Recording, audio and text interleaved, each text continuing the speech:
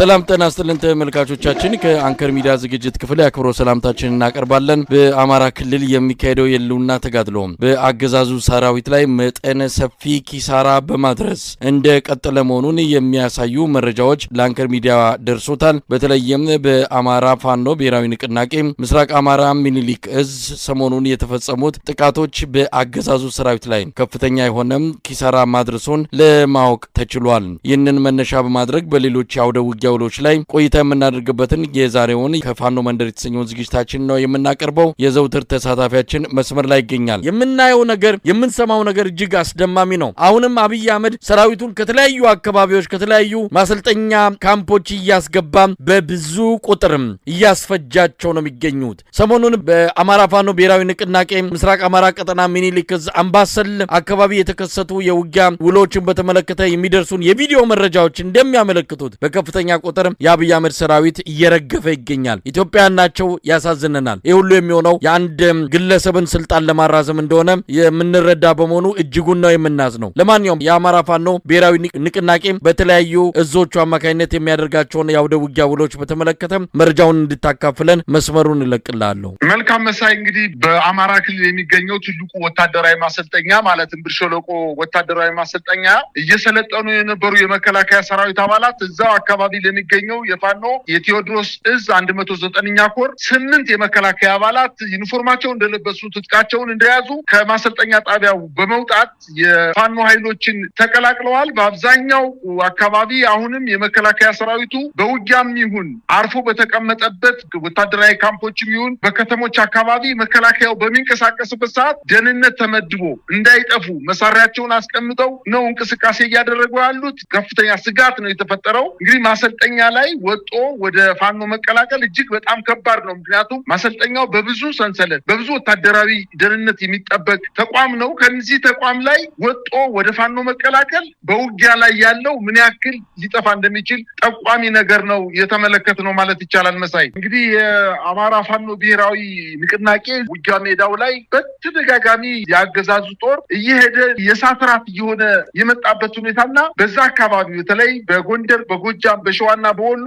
ውጊያዎቹ አሁንም ተጠናክረው እየቀጠሉ በሄደበት የውጊያ ቀጠና ሁሉ ሰራዊቱን እጅ እየሰጠ እየቆሰለ አንዳንዱም ገደል እየገባ ዛሬ እንደተመለከተው ገደል እየገባ እንዳለቀበት በመረጃ አያይዘው እየወጡ ነው የሚገኙት። ትናንትና የጀመረው ግንቦት 2 እና ዛሬም ተጠናክሮ የቀጠለው በአምባሰል ተራራማ ቦታዎች ላይ ከፍተኛ ጦርነት ተካሂዷል። የአገዛዙ ጦር በርካታ ኮማንዶዎችን እና ከባባድ መሳሪያዎችን የያዘ ጦር ወደ አምባሰል ተራሮች የሚገኙ ፋኖዎችን ለመምታት እንቅስቃሴ አድርጎ ነበረ። ነገር ግን ምሽጎችም ሳይቀር ተሰብረው የመጡበት ቦታ ሁሉ ለቀው ተበታትኖ እንዳለቀ ነው መረጃዎች የሚያመላክቱት። በተለይ የፋኖ 101ኛ 35ኛ ክፍለ ጦርና 104ኛ ኮር 24ኛና 23ኛ ክፍለ ጦሮች በፈጸሙት የማጥቃት እንቅስቃሴ በተለይ በመልሶ ማጥቃት ድብልና ዳቃ በተባሉ ቦታዎች ላይ ባደረጉት እንቅስቃሴ አንድ ሙሉ ሬጅመንት ማለትም ከ150 በላይ የአገዛዙ ጦር በአንድ የውጊያ ቀጠና ብቻ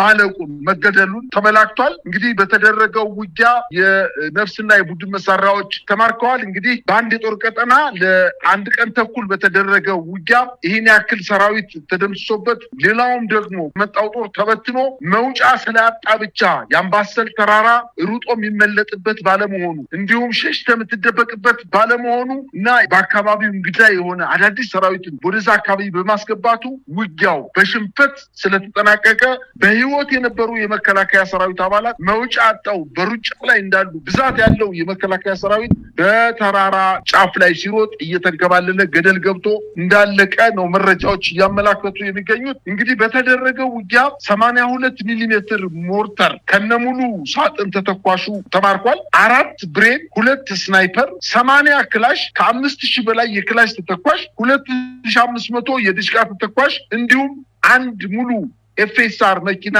ሬሽን በምርኮ ማግኘታቸውንና አሁንም እዛ አካባቢ የተደረገው ውጊያ በርካታ የመከላከያ ሰራዊት አባላት በየተራራው ቁስለኛ ሆነው በፋኖ ኃይሎች እየተለቀሙ እንደሚገኙና አስክሬኖቹ ከገደል እየወጡ የአካባቢው ማህበረሰብ የቀብር ስነስርዓት እየፈጸመላቸው እንደሚገኝና በተለይ አምባሰል ተራራ ራሱ ተራራው የመከላከያ ሰራዊቱ እንደተዋጋው እስከሚገለጽበት ድረስ የአካባቢ በአስክሬን ክምር መዋጡን ነው መረጃዎችን እየሰማ ነው። እንዲሁም መሳይ በዚህ አካባቢ አሁንም በመርሳ ብልጽግና ፓርቲ በከተማዋ ላይ በተለይ የሰሞኑን የምርጫ ሁኔታ በየቦታው የብልጽግና አመራር በመከላከያ ሰራዊት እየታጀበ ህብረተሰቡ በግድ እንዲሰበሰብ በማድረግ ቅስቀሳ እንዲያደርግ ፕሮግራም ይዘው እንቅስቃሴ ያደረጉ ቢሆንም በመርሳ ከተማ በተደረገው የግዳጅ ቅስቀሳ አዳራሽ በፖሊስ በአድማ ብተና እንዲሁም በሚኒሻ በመከላከያ ሰራዊት አጀብ ህብረተሰቡ ሰብስበው በአዳራሽ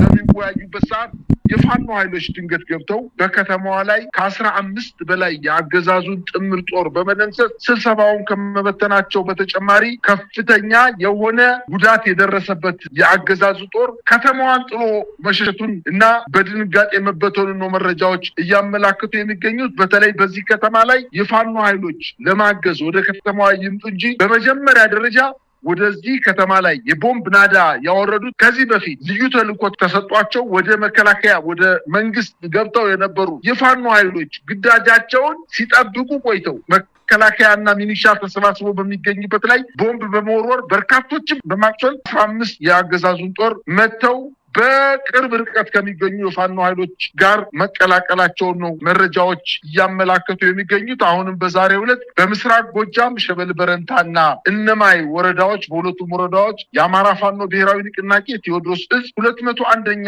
ኮር 64ኛ ክፍለ ጦር በሁለቱም ወረዳዎች የምርጫ ቅስቀሳ ለማድረግ በርካታ ጦር አጀብ ሲንቀሳቀስ የነበረው የብልጽግና አመራር በተለይ የትመን ተነስቶ ወደ ብቸና ከተማ ሲጓዝ ልዋያ በተባለ ቦታ በደፈጣ ተመቶ ሁለት ተሽከርካሪዎችን ከማቃጠላቸው በተጨማሪ በሁለቱ ተሽከርካሪዎች ላይ ሲንቀሳቀስ የነበረው የብልጽግና አመራርና የአገዛዙ ጦር መደምሰሳቸውን አብዛኛዎቹ ደግሞ መቁሰላቸውን ነው መረጃዎች እያመላከቱ የሚገኙት። ከ3 ቀን በፊት በደቡብ ጎንደር ከስማዳ ወደ ጋይንት ወለላ ባህር ከተባለ ቦታ ላይ አንድ ሬጅመንት ሙሉ ምናልባትም አንድ ሬጅመንት ሲባል እስከ 200 ድረስ የሚጠጋ ሰራዊት መደምሰሱን በቪዲዮ አስደግፈው የለቀቁበት ሁኔታ ነበረ። አፋብን እንግዲህ ጎንደር ጠቅላይ ግዛት በላይ ዘለቀ ዕዝ ከሰሞኑ ለተከታታይ 8 ሰዓታት ባደረገው የማጥቃት እንቅስቃሴ አንድ ድሽቃ 72 ክላሽ 2 ስናይፐር 1 ኤፍኤስአር ሙሉ ተተኳሽ 1 ፓትሮል ተሽከርካሪ